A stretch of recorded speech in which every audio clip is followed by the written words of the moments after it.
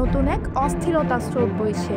নেপালে তরুণদের বিক্ষোভ যখন রাজপথ প্রকম্পিত করে সরকার পতন ঘটিয়েছে, তার রেশ কাটার আগেই প্রতিবেশী ভারতেও ছড়িয়ে পড়েছে নতুন আন্দোলন। বিহার রাজ্যের চাকরি প্রত্যাশী তরুণরা শিক্ষক নিয়োগের শূন্যপদ কমানোর প্রতিবাদে রাজপথে নেমে পড়েছেন।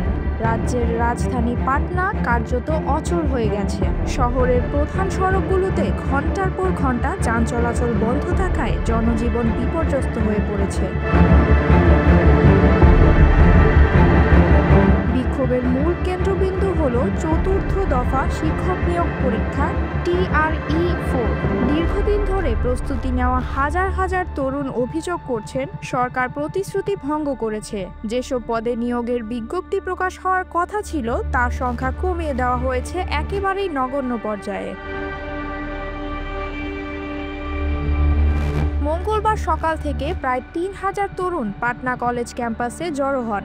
সেখান থেকে মুখ্যমন্ত্রী নীতীশ কুমারের বাসভবনের উদ্দেশ্যে বিশাল মিছিল বের হয়। কেতন মার্কেট, বকরগঞ্জ, গান্ধী ময়দান হয়ে ডাক বাংলোর স্কয়ার পর্যন্ত ছড়িয়ে পড়ে এ বিক্ষোভ। পরিস্থিতি এমন পর্যায়ে পৌঁছায় যে পাটনার সবচেয়ে গুরুত্বপূর্ণ এলাকা কার্যত অবরুদ্ধ হয়ে পড়ে। চাকরি প্রত্যাশীদের দাবি, সরকারের পূর্ব প্রতিশ্রুতি অনুযায়ী 15 সেপ্টেম্বরের মধ্যে 1,20,000 শিক্ষক নিয়োগের বিজ্ঞপ্তি প্রকাশ করার কথা ছিল। কিন্তু গত 5 সেপ্টেম্বর শিক্ষামন্ত্রী সুনীল কুমার হঠাৎ ঘোষণা দেন নিয়োগ দেওয়া হবে মাত্র 26,000-এর কিছু বেশি পদে। এ ঘোষণায় ক্ষুব্ধ প্রতিক্রিয়া জানান তরুণরা। দীর্ঘদিনের প্রস্তুতির পর হঠাৎ এই সিদ্ধান্ত তরুণদের মধ্যে গভীর হতাশা তৈরি করেছে। অনেকে বলছেন তাদের জীবনের স্বপ্ন ভেঙে দেওয়া হলো এক ঘোষণায়। ছাত্রনেতা দিলীপ কুমার অভিযোগ তুলেছেন, ডোমিসাইল নীতির চালুর আগে সরকার ইচ্ছাকৃতভাবে শূন্য পদের সংখ্যা বাড়িয়ে দেখিয়েছিলেন। কখনো বলা হয়েছিল 50,000, কখনো 80,000, আবার কখনো 1,20,000 শূন্য পদের প্রতিশ্রুতি দেওয়া হয়েছিল। কিন্তু নতুন নীতি কার্যকর হওয়ার পর পদ সংখ্যা কমিয়ে আনা হয়েছে 27,910-এ।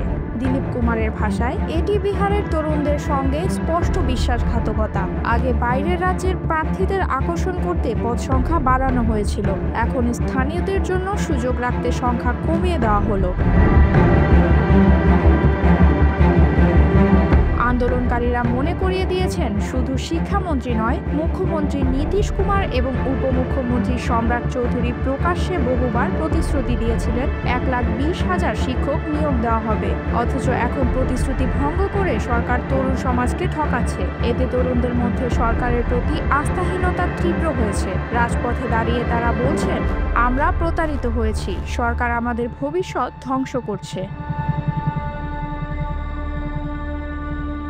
রাজনৈতিক বিশ্লেষকরা বলছেন, সামনে বিধানসভা নির্বাচন থাকায় শিক্ষক নিয়োগ ইস্যুটি রাজনীতিতে বড় প্রভাব ফেলবে। বিরোধী দলগুলো ইতিমধ্যেই সরকারকে আক্রমণ শুরু করেছে। কংগ্রেস ও রাজ্যভিত্তিক দলগুলো অভিযোগ করছে, বিজেপি জোট শুধু প্রতিশ্রুতি দিয়েছে, বাস্তবে কিছুই করছে না। ফলে বিক্ষোভ আরও উত্তপ্ত হয়ে উঠতে পারে।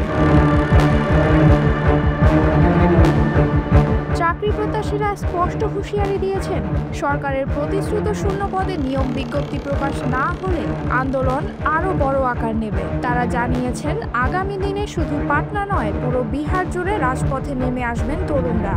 সামাজিক যোগাযোগ মাধ্যমেও আন্দোলনের ডাক ছড়িয়ে পড়েছে। এতে আন্দোলন দ্রুত বিস্তার লাভের আশঙ্কা দেখা দিয়েছে। বিশ্লেষকরা বলছেন, নেপালের তরুণদের আন্দোলনের পর এবার ভারতের তরুণদের বিক্ষোভ দক্ষিণ এশিয়ার রাজনীতিতে নতুন প্রশ্ন ছুড়ে দিচ্ছে। শিক্ষা ব্যবস্থায় সংকট, বেকারত্ব, প্রতিশ্রুতি ভঙ্গ এসব ইস্যু তরুণদের ক্ষোভকে বিস্ফোরণের পথে ঠেলে দিচ্ছে। অনেকেই মনে করছেন, দক্ষিণ এশিয়ার তরুণ সমাজ এখন আর পুরনো রাজনৈতিক কাঠামো মেনে নিতে চাইছে না।